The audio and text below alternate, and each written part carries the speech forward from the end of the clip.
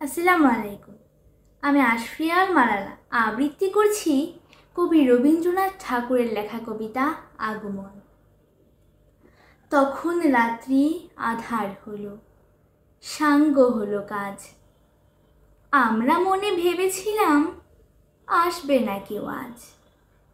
মোদের গ্রামে দুয়ার যত রুদ্ধ হলো রাতের মতো। দু একজনে বলেছিল আসবে মহারাজ। আমরা হেসে বলেছিলাম আসবে না কেউ আজ। দ্বারে যেন আঘাত হলো, শুনেছিলেম সবে। আমরা তখন বলেছিলেম বাতাস বুঝি হবে।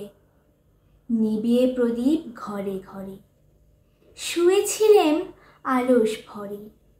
দু একজনে বলেছিল দূত বা এলো তবে।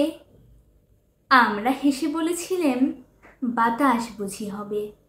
নিশীথ রাতে শোনা গেল কিসের যেন ধ্বনি। ঘুমের ঘরে ভেবেছিলাম মেঘের গর্জনী।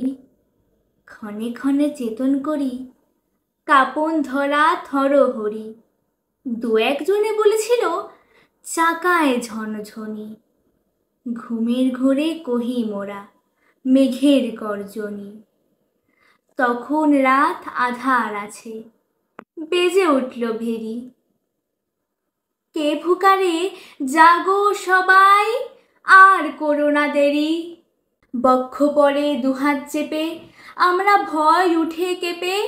দু একজনে কহে কানে রাজার ধ্বজা হেরি। আমরা জেগে উঠে বলি আর তবে নয় দেরি। কোথায় আলো, কোথায় মাল্য, কোথায় আয়োজন। রাজা আমার দেশে এলো, কোথায় সিংহাসন। হায় রে ভাগ্য, হায় রে লজ্জা, কোথায় সভা, কোথায় সজ্জা। দু একজনে কহে কানে বৃথায় ক্রন্দন।